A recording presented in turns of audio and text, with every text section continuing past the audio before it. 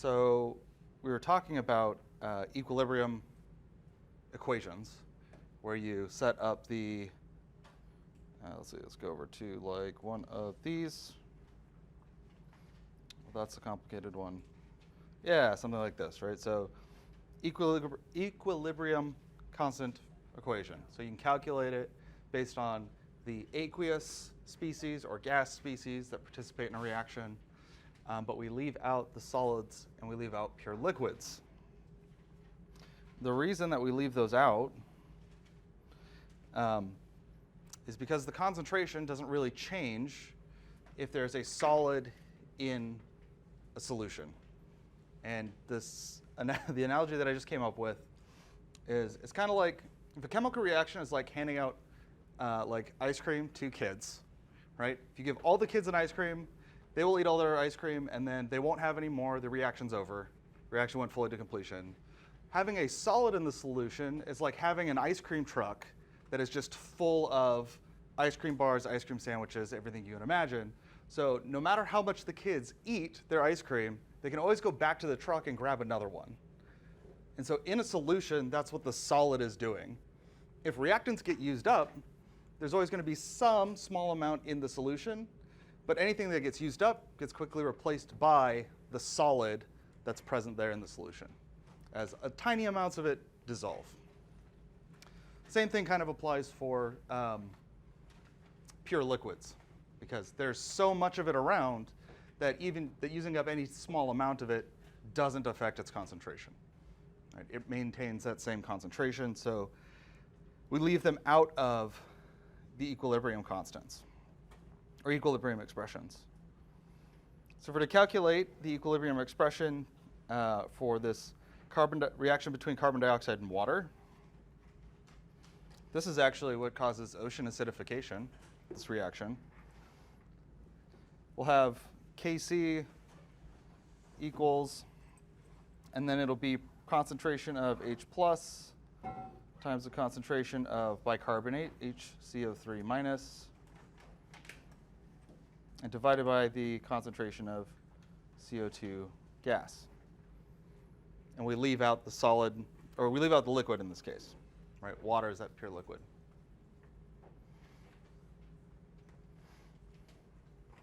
So it's just one small rule to remember, in addition to the many. For something like calcium carbonate in a solution, here now we have calcium carbonate and forming calcium oxide plus carbon dioxide gas. So again, we can write an equilibrium expression, but because all of our reactants, or our single reactant in this case, is solid, and one of our products is also a solid, then the only thing that we can have as a part of this equilibrium expression is the concentration of the gas. So really having solids or pure liquids present simplifies the equilibrium expression.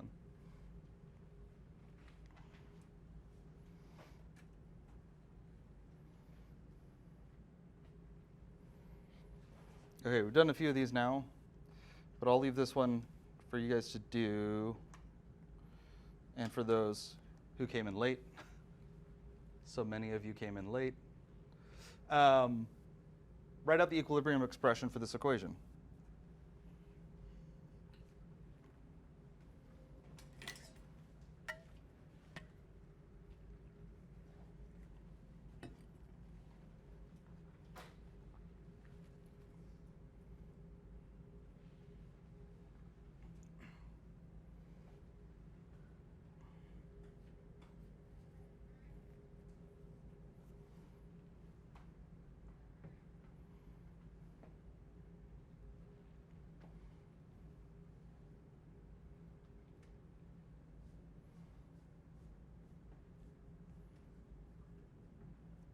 So our numerator should just have chlorine in it, squared. Concentration of hydrochloric acid to the fourth power times oxygen to the first. Again, leaving out water because it's the pure liquid.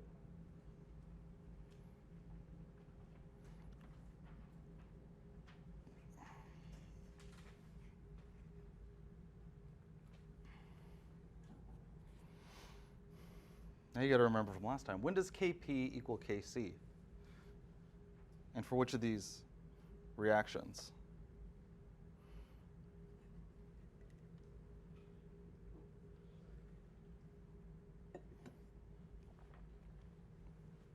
Kp and Kc are equal when there's the same number of moles of gas on either side of the reaction.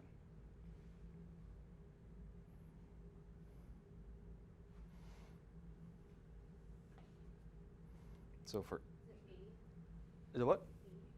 Yeah, it's B. Because on A, we can, for this, something like this, we can cross out the solids, and we can see that this is 2 moles of gas to 1 mole of gas. So we could take a look at C. So the ammonium nitrate is a solid, so that's not going to factor in. That means that we have 0 moles of gas on that side. This would be 1 mole plus 2 moles of gas. That would be a total of 3 moles. So that's not the same number of moles of gas in the products and reactants. So B is the only one where these two solids don't factor in, but it's all about the moles of gas.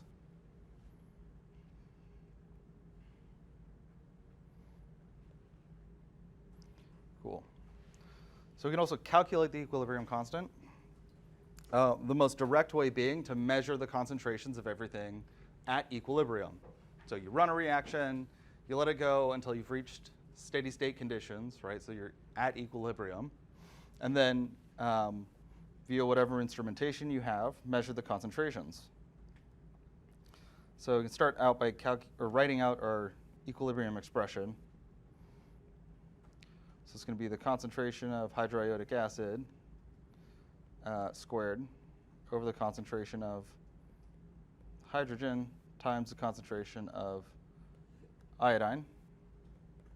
And we just substitute in the proper numbers.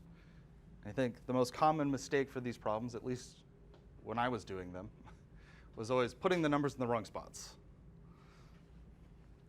So just make sure that you put the concentrations with their corresponding locations. So it'll be 0.78 squared over 0.11 times 0.11. I'll just have to set that up again. So 0.78 squared divided by 0.11 divided by 0.11 again. And Kc for this reaction then is 50. I guess we only have 2 figs, but I'm going to do 50.3. And Kc is unitless.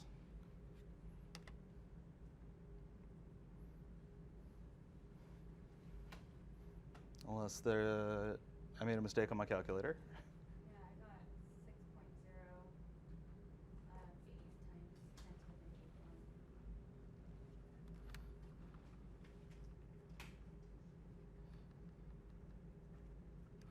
So the 0.78. What did everybody else get? I got 50.3. I got 0.608. So I got this set up because I'm going to show you guys how to use the solver later, but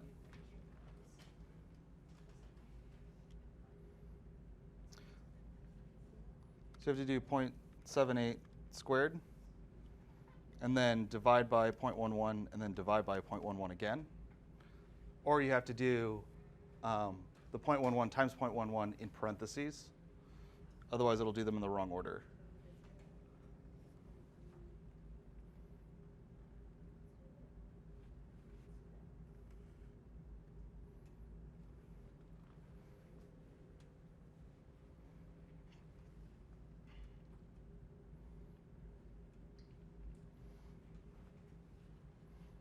All right.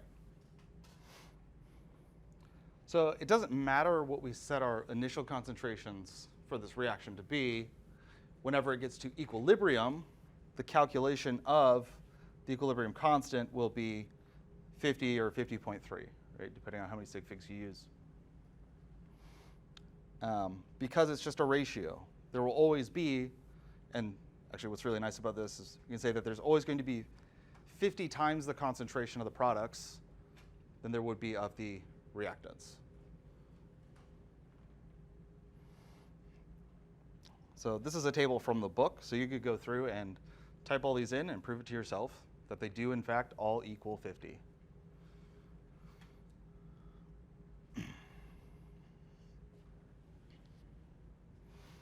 So we can also calculate the equilibrium constant if we know the initial concentrations of the reactants and the equilibrium concentration of any one reactant or product. So for this generic equation, we have initial concentrations in the bottom right here.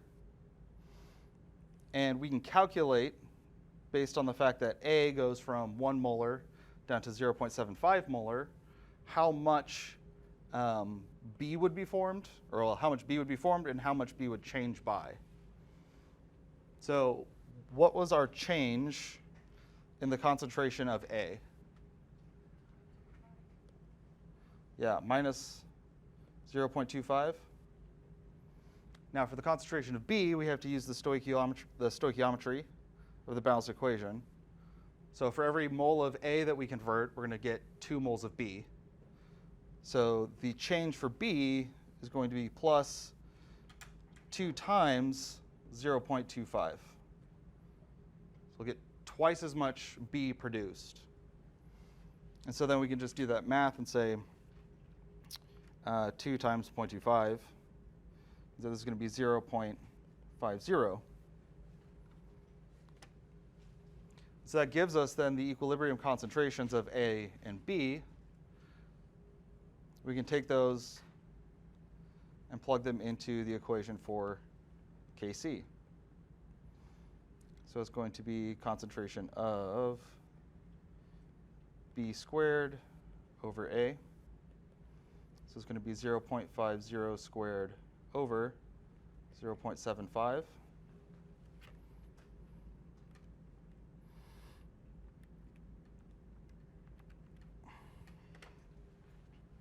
So K for this reaction is 0.33.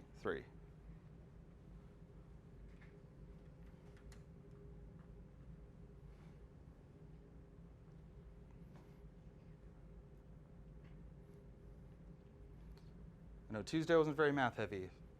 Today's going to get pretty math heavy. But I'm going to show you, if you have this calculated TI-36X Pro, it has a solver built into it. And if you have a calculator that has a solver built into it, I'm going to let you use the solver for quadratic equations instead of having to plug those in manually. Does this make sense?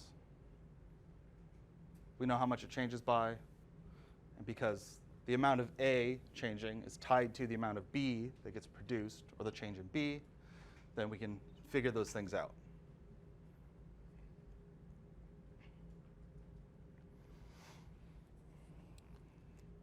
All right, so if we have this reaction between carbon monoxide and hydrogen, it's carried out with initial concentrations of 0.27 molar for the carbon monoxide and 0.49 molar for hydrogen. At equilibrium, this is methanol. The methanol concentration is 0.11 molar. Find the equilibrium constant. So I'm thinking about how much space I want to take up in the middle of the page here, because I like to put my ice table directly under the balanced chemical equation. These are ice tables. So our initial concentrations of each. So for carbon monoxide, that's going to be 0.27, and it is molar, but for the sake of space, we're going to leave those off. For hydrogen, it's going to be 0.49 molar. And at initial conditions, we don't have any methanol. So that is starting out as 0. Then we're going to have some change in those quantities. And then we're going to have our end or our equilibrium concentrations. And at equilibrium, we know that there's going to be 0.11 molar methanol. And actually, to make this, let's do this.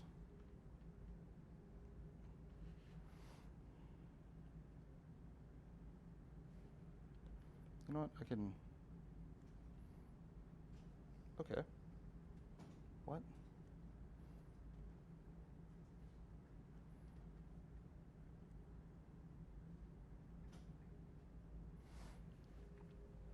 Okay, so our methanol changes by how much? Between the initial and the equilibrium concentration? 0.11. So that's just plus 0.11.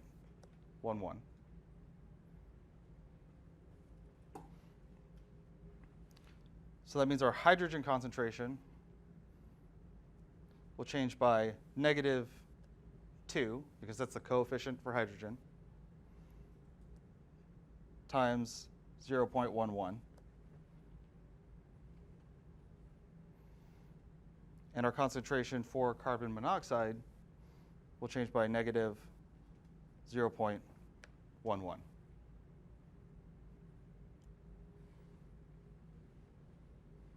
So we start with the equilibrium concentration that we know, figure out how much it changed by, and then we use the stoichiometric coefficients to go back through for everything else in the reaction to figure out how much they had to change by to create that much of the methanol.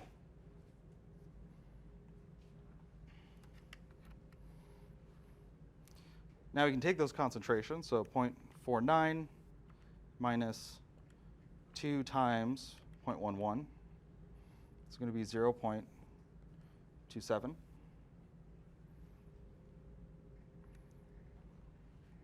And then 0.27 minus 0.11. It's going to be 0.16.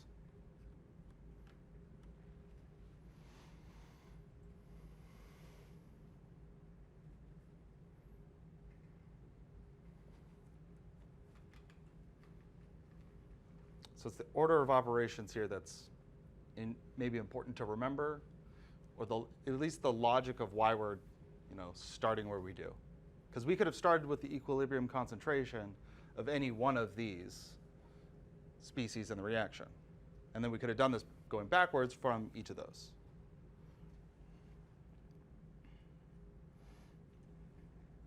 So now we can take our equilibrium expression for this reaction. So Kc is going to be concentration of methanol over the concentration of carbon monoxide times the concentration of hydrogen squared. Plug our numbers in. Specifically our equilibrium concentrations. Do this maybe.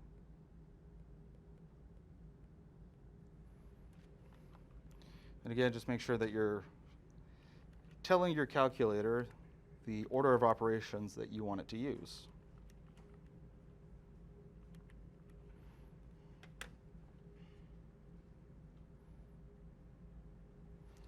So here Kc equals 9.4.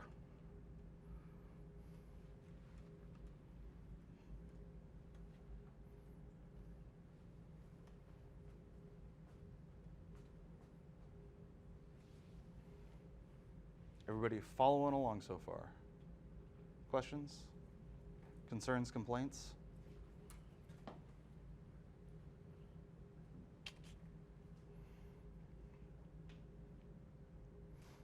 Okay. Or actually, does anybody need more time on this slide? Okay.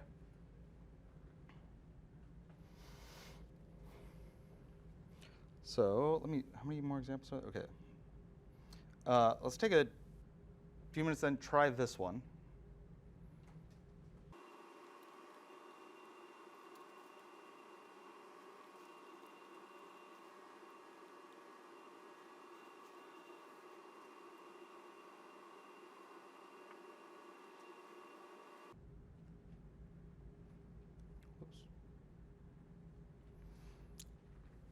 you should have at least gotten to this part.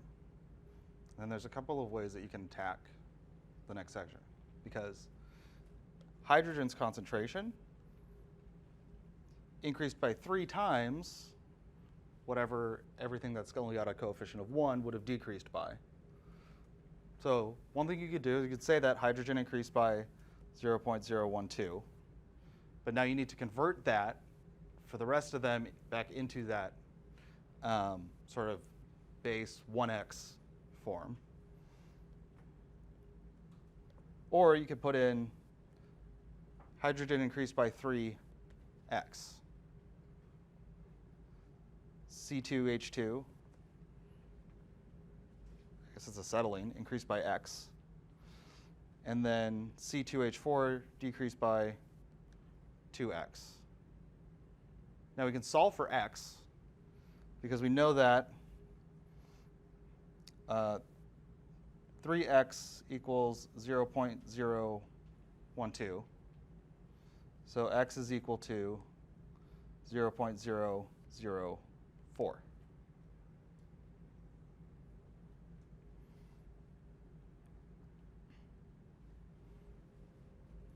And we just go back through and replace x with the 0.004. This is going to be 0.004 plus 0.004. And here this is 0.004. Now you can get 0.087 minus 2 times 0.004. So 0.079. This is 0.004.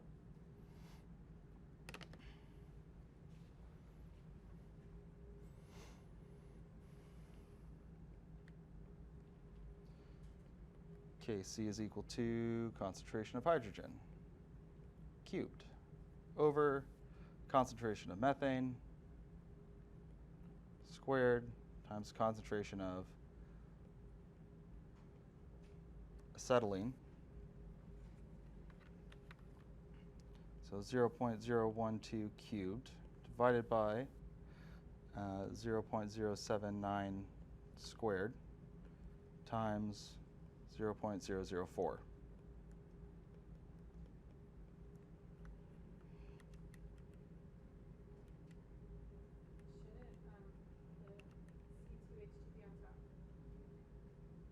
Oh, sorry.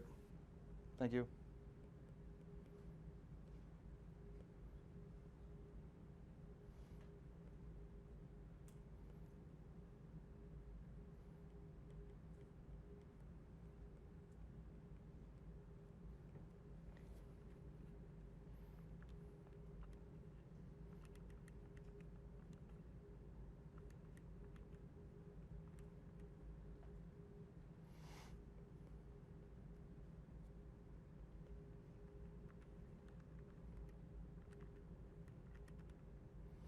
Be 1.1 times 10 to the negative 6.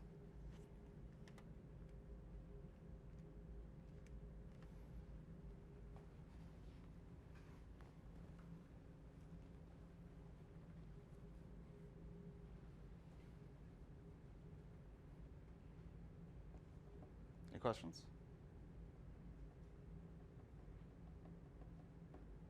Okay.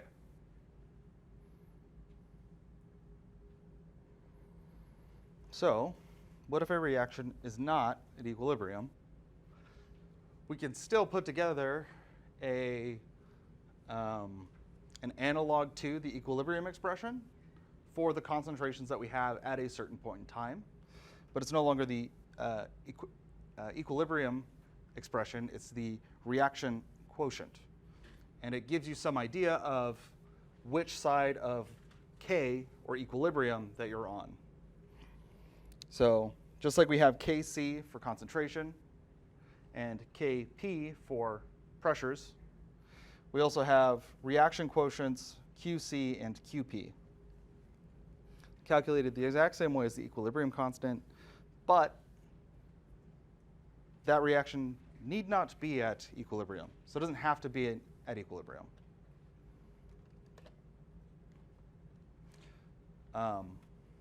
When it is at equilibrium, then Q will be K because it's the same equation, right? So the usefulness of this is for determining if you are at equilibrium or not. If Q is less than K, so on this graph here, K is 1.45.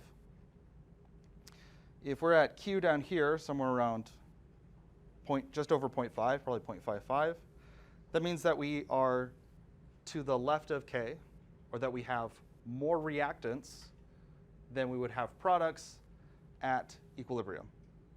So our reaction will shift to the right towards products to get us up to K. If Q is larger than K, that means that you have more products than reactants for that reaction, for where that reaction wants to be for equilibrium. Because remember, K and even Q are a proportion. It's how many more or fewer products we have versus reactants. So if your Q is small, that means that you have fewer products than you would at equilibrium. If Q is large, that means you have more products than you would at equilibrium.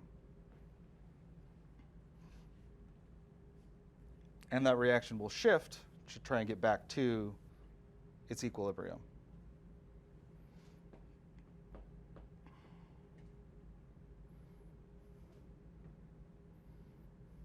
All right, so Q is less than K, reaction goes towards the right. And actually, right, so example of Q is less than K.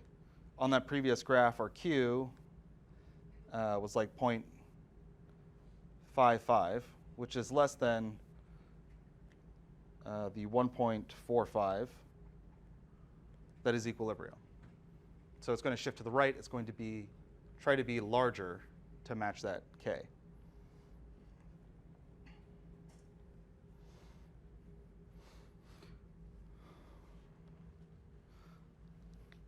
Then for any given temperature, K only has one value. So it is a constant for that reaction at a given temperature. Because remember, temperature is tied to the activation energy. Having higher activation energy will make your reaction higher average activation energy. Higher average energy of the reactants makes it easier for them to overcome the activation energy to react. But that amount of rate increase that's dependent on temperature is going to vary for the forward and reverse reactions. So changing temperature can shift, and usually does shift, your equilibrium. So all of these reactions that you'll be given are going to, you almost always say, at X temperature.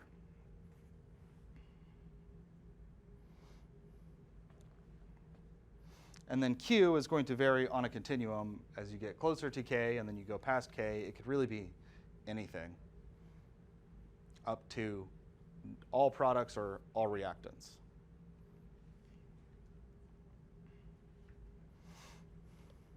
So just like we calculate Kc, we can calculate Q. So Qc is going to be, for this reaction, NO2 squared over N2O4. And we can plug in these numbers, 0.0331 over 0.0255. Sorry, squared that.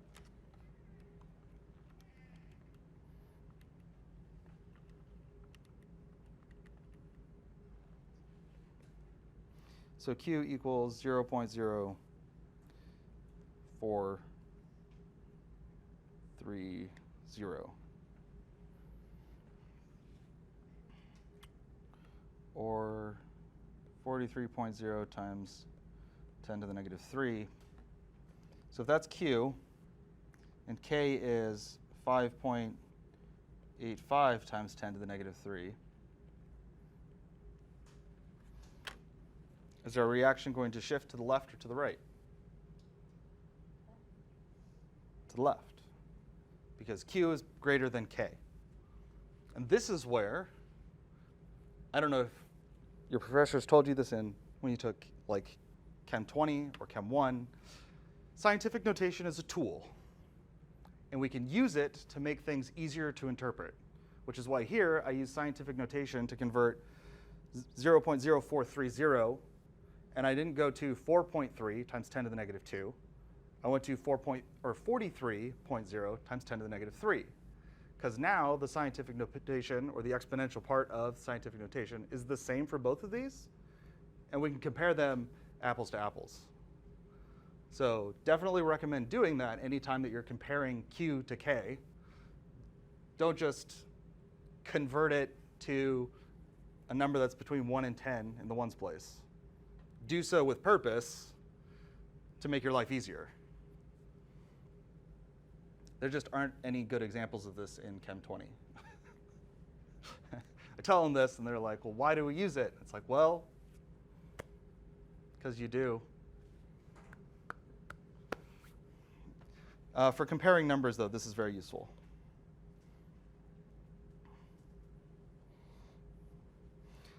So if we have a reaction, and this is very, very wordy. If we have this reaction, dinitrogen tetraoxide, and being converted into 2 nitrogen dioxide, a reaction mixture at a certain temperature initially contains both of these species in their standard states, which means that the partial pressure of each of them is 1 atmosphere.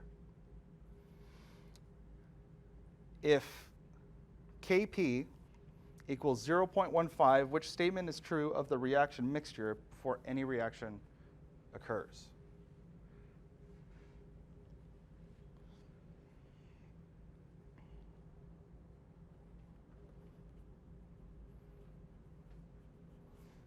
What would happen if we tried to calculate Q for this? All right, I mean, this is going to be 1 squared over 1. So it's just Q is 1. So in their standard states, right, everything is going to be 1. So standard state for concentration is 1 molar. If we plug in 1 molar for anything in any reaction, it doesn't matter what the coefficients are, and it doesn't matter how many reactants or products there are, it's going to be 1. So at its standard state, Q is always going to be 1. K is almost always going to be something else. But we can look at this and see 1 is larger than 0.15. So which way is the reaction going to shift? To the left? To the left, to the left. Everything you own in a box to the left. Oh, that's right. Oh, sorry. Q is larger than K.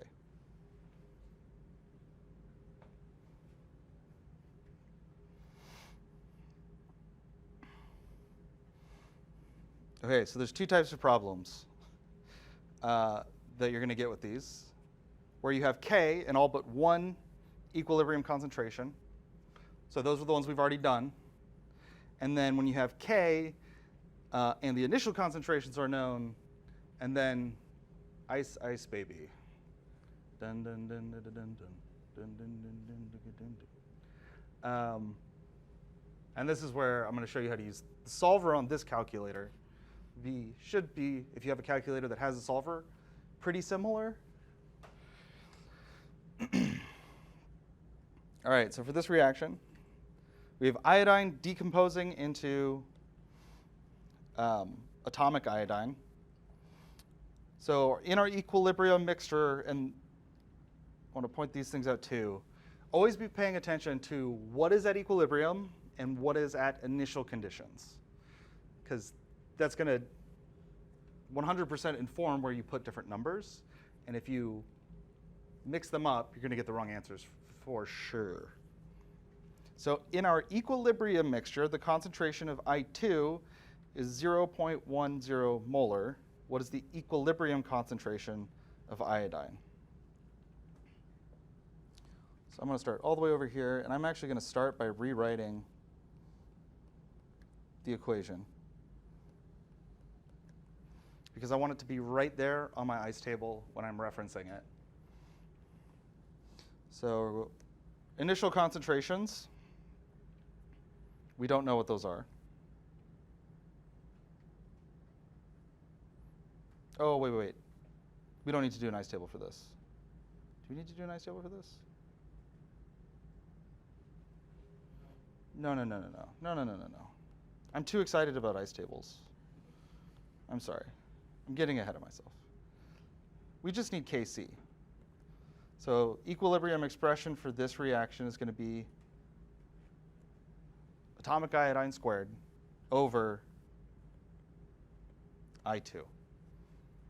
And these, at least if you took Chem 20 here, you might remember these because we did these ones. Now we can plug in Kc and we can plug in the equilibrium concentration of I2. And we can solve for the equilibrium concentration of atomic iodine. So this is going to be 0.011 equals concentration of I squared over, or 0.10. So we're going to multiply both sides by that 0.10. You get 0.0011 equals the concentration of I squared. And then we can take the square root of both sides.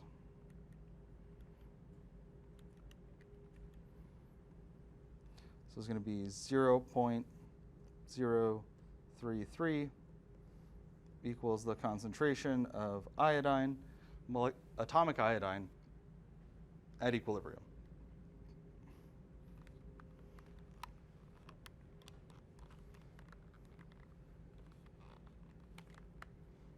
Plug things in, more algebra. And I guess I should have included here, this is molar. Okay? So always check first.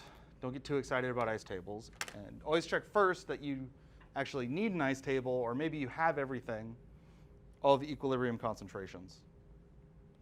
Here, I can move this.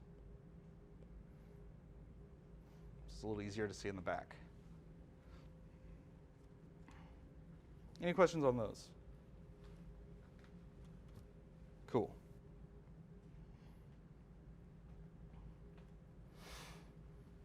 For this reaction, again, the classic A may be decomposing into 2B. We're given Kc, and we have a reaction mixture at equilibrium contains 1 molar A. What is the concentration of B?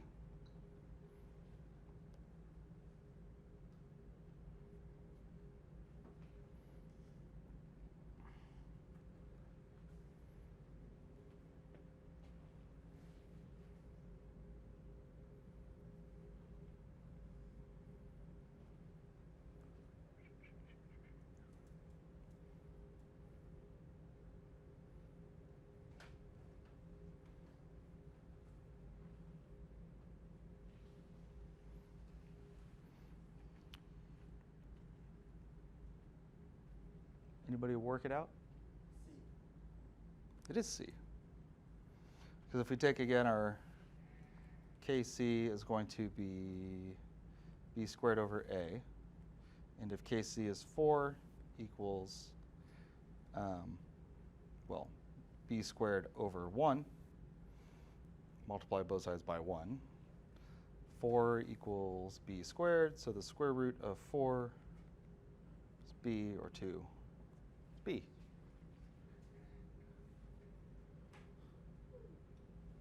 Wonderful. Wunderbar. Okay, those are the easy ones. These really aren't that bad. They get messy. They get messy. So I'll try to remember on exams and things to give you enough space to let them breathe, because they do get messy, and I understand that. So for these, where we only have initial concentrations and K, we need to set up an ice table with those initial concentrations. Represent the changes in concentrations in terms of X, right? Because they're all going to change. How much they change depends on K, and it also depends on the coefficient and their relationship in the chemical reaction. Then we'll add the initial and change rows together to find those equilibrium concentrations in terms of X. And then you can plug these equilibrium concentrations and K into the equilibrium expression and solve for X. And it's the solving for X that can be lengthy. So, simple one set up already here. So we have K equals 0.33, and A is initially 1 molar. So ice table here, we've got our initial. That's 1 molar A, 0 B. A is going to change by some amount X. And because it's a reactant, and, well, one of the things you might want to do first here is say, is this reaction going to go to the left or to the right? Because that's going to determine whether or not your reactants are being converted into products or your products are being converted into reactants.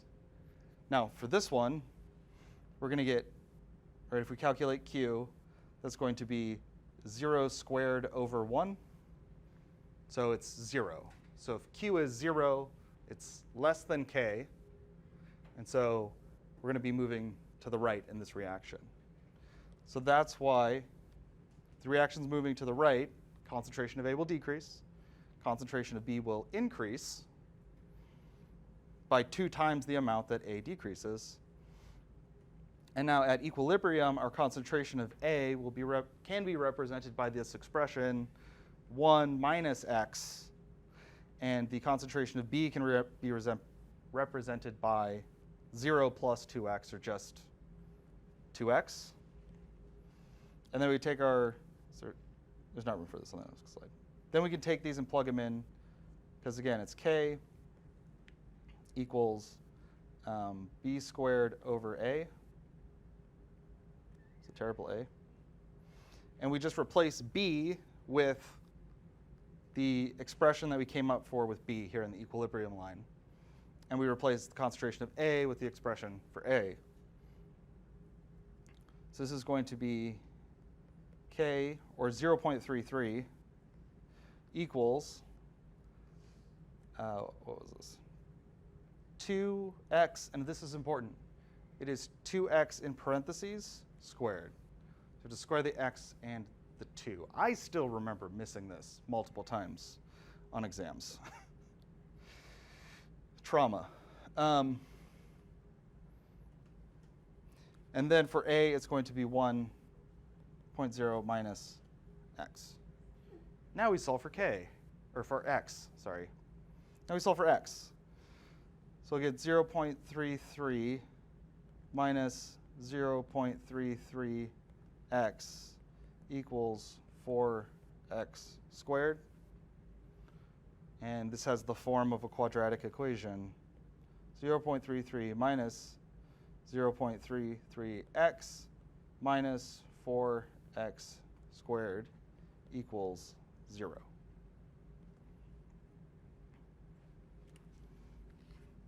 So to show you this, so you can use the quadratic equation, which is negative b plus or minus the square root of b squared minus 4ac over 2a. And because of that plus or minus, you have to do both. And then the way you pick which one you use is one of them won't make sense. It'll be either a negative value. Oh. It'll be either a negative value or it'll be a value that's larger than your initial concentration. And so you can't decrease by that amount. So the other thing you can do, though, is if you have this calculator, if I hit second, and then right here, there's 2 things that you can do. You can either get it all the way to the quadratic equation, and there's polysolve. I can zoom this. I can zoom even more. So there's polysolve, which is a polynomial solver. That'll ask you for A, B, and C. And then you plug those in, and it solves and tells you what both of the numbers are. You can do number solve, where you can type in any expression and give it a variable. And then what you have to do, and actually, we'll run through the number solve first. So number solve, you can see I've got one in here. On my calculator, this gives me, basically, there's two empty boxes on either side of an equation. So you can put in anything on either side. For exams and stuff, I want you to get as far as this at the very least, or you could take it all the way to here. But I want to see the whole setup getting to an equation that you then type into your calculator for the number solver. OK, so back to this, though. So now if I type in here, I'm going to use that one that I had on the bottom. It's going to be 0.33 minus 0.33. And then this calculator, so it's down here just above the on button. This is actually store. You can store variables.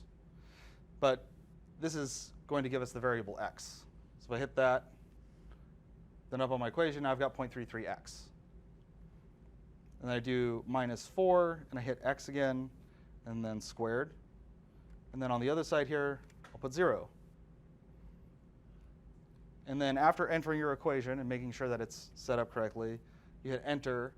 And then it says enter and solve. And you have to give it a guess.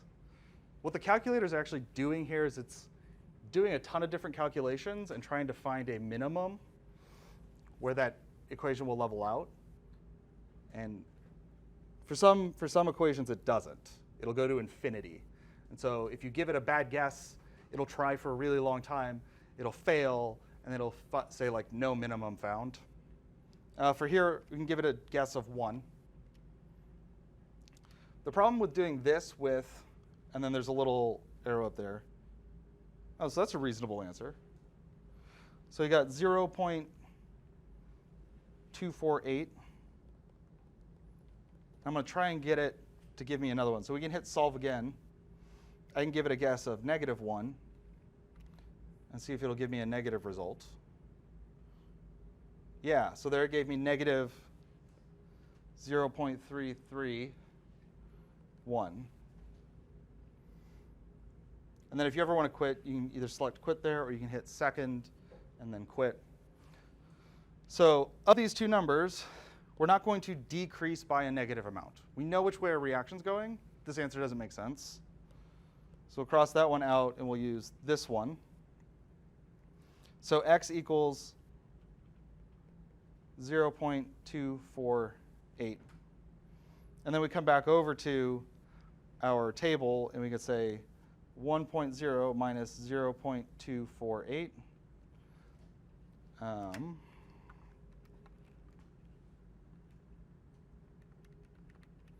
It's going to be 0.752. And then for the concentration to B, it will be 2 times 0.248. So it's going to be 0.496 molar of each of those, right? So that's the concentration of A, concentration of B at equilibrium.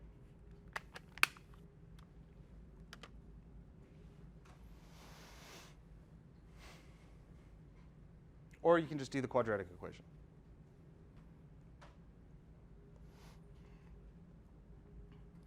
I will show you some shortcuts, so you don't even have to use the number solver sometimes.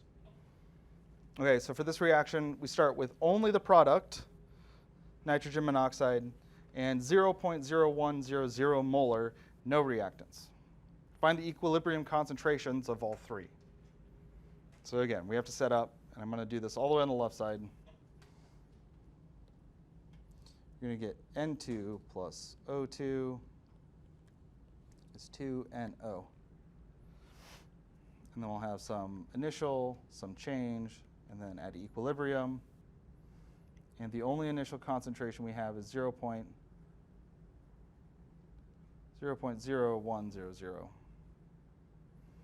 So this is nothing, this is nothing. Which way do you think our reaction is going to go? To the left. And if you wanted to, you could say, oh, 0.100 squared over 0 times 0. So if you divide by 0, it's either undefined or infinity. So in this case, Q is now infinity, and that's bigger than everything, except for other kinds of infinities. So we're going to be going to the left, so that means that our concentration of N2O is going to decrease by what? It's going to decrease by 2x.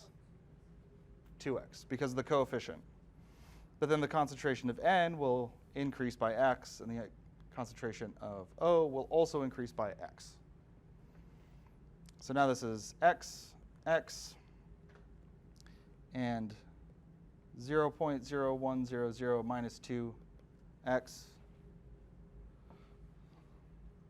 Then we can pop those into Kc. So this is going to be 0.0100 minus 2x squared divided by x times x. Or, actually I'll put the number in for k here. So I'm going to leave this up here as what it is in there over x squared. This is just another thing to look for. If we want to avoid a quadratic, we can do that here because our number on the right is a perfect square because the top is squared and the bottom is squared. So before we move x squared over, multiply both sides, let's just take the square root of both sides. So if I take the square root of that, the square root of this whole side, I can now rewrite this as, I don't know what the square root of that is.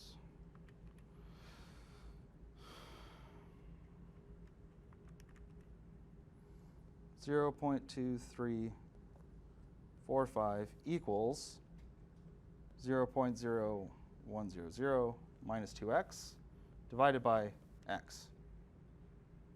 No quadratics. Now we can just solve for x.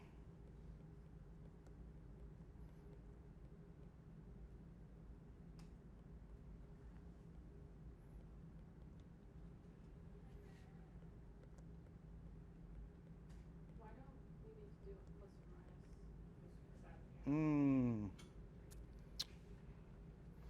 minus?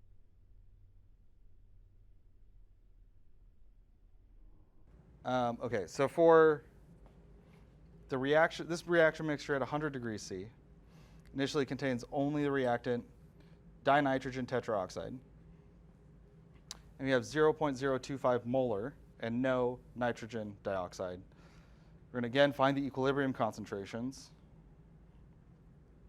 And so these problems all start out the same, making an ice table. We have our initial, we have a change, we have equilibrium. And so we're going to have 0.025, 0 for the dinitrogen tetraoxide, 0 for nitrogen dioxide. And again, because we have no products, we're definitely moving to the right for this reaction. So our concentration of N2O4 is going to decrease by x. And on the product side of the reaction, we're going to increase by 2x. So this will be 0.025 minus x. And this will be plus 2x. So now you get 2x squared over 0.025 minus x equals our Kc, 0.36. Is there any way that we can make this easier by getting rid of the squared beforehand? No. There's no perfect square. There's nothing to save us. We just have to multiply this out. So we're going to get 0.36 times 0.025. Make sure I got that number right. 0.009 minus 0.36x is equal to 2, well, we can do this, 4x squared. Remembering to square both the 2 and the x. So our quadratic is 0.009 minus 0.36x minus 4x squared equals 0.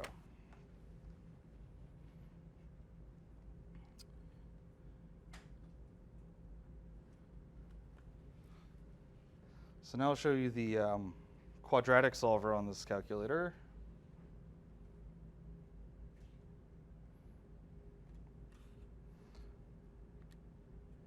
So make sure that's focus. So again, there's number solver, polysolver. Polysolver is for the polynomials.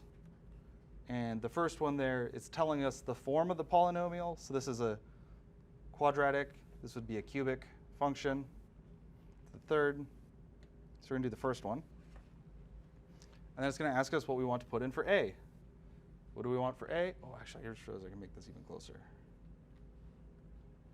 We want -4. Hit enter. -0.36 for B. Hit enter. You can tell that this is the last one that I did with the quadratic solver.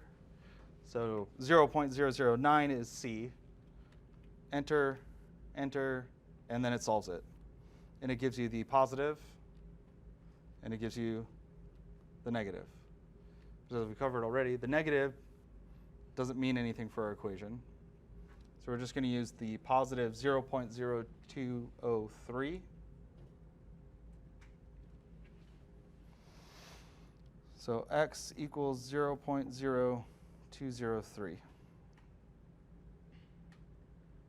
Now we go back to our rice table. And this is 0.0250 minus 0.0203. And then 2 times 0.0203. Oh, maybe we should use 4. Did you say 4? Oh, we'll use 3, that's fine.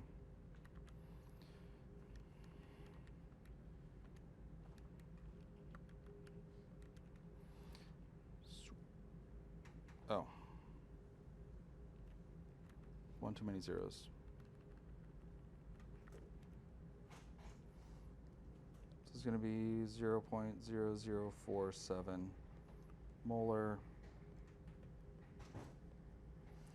And 2 times 0.023.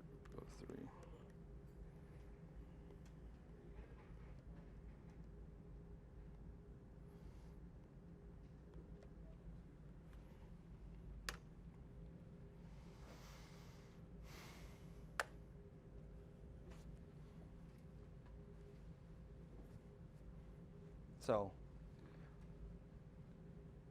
I really don't think they're all that difficult. I just think that there's a lot of steps. And like I said, they get messy. They get sloppy. And so it's really important to start out as neat and structured as possible, because with every step, you're going to introduce a little bit more slop. And it's going to get messier and messier as you go. And so for longer and longer problems, you just want to make sure that you get to the end and you remember why you were doing anything.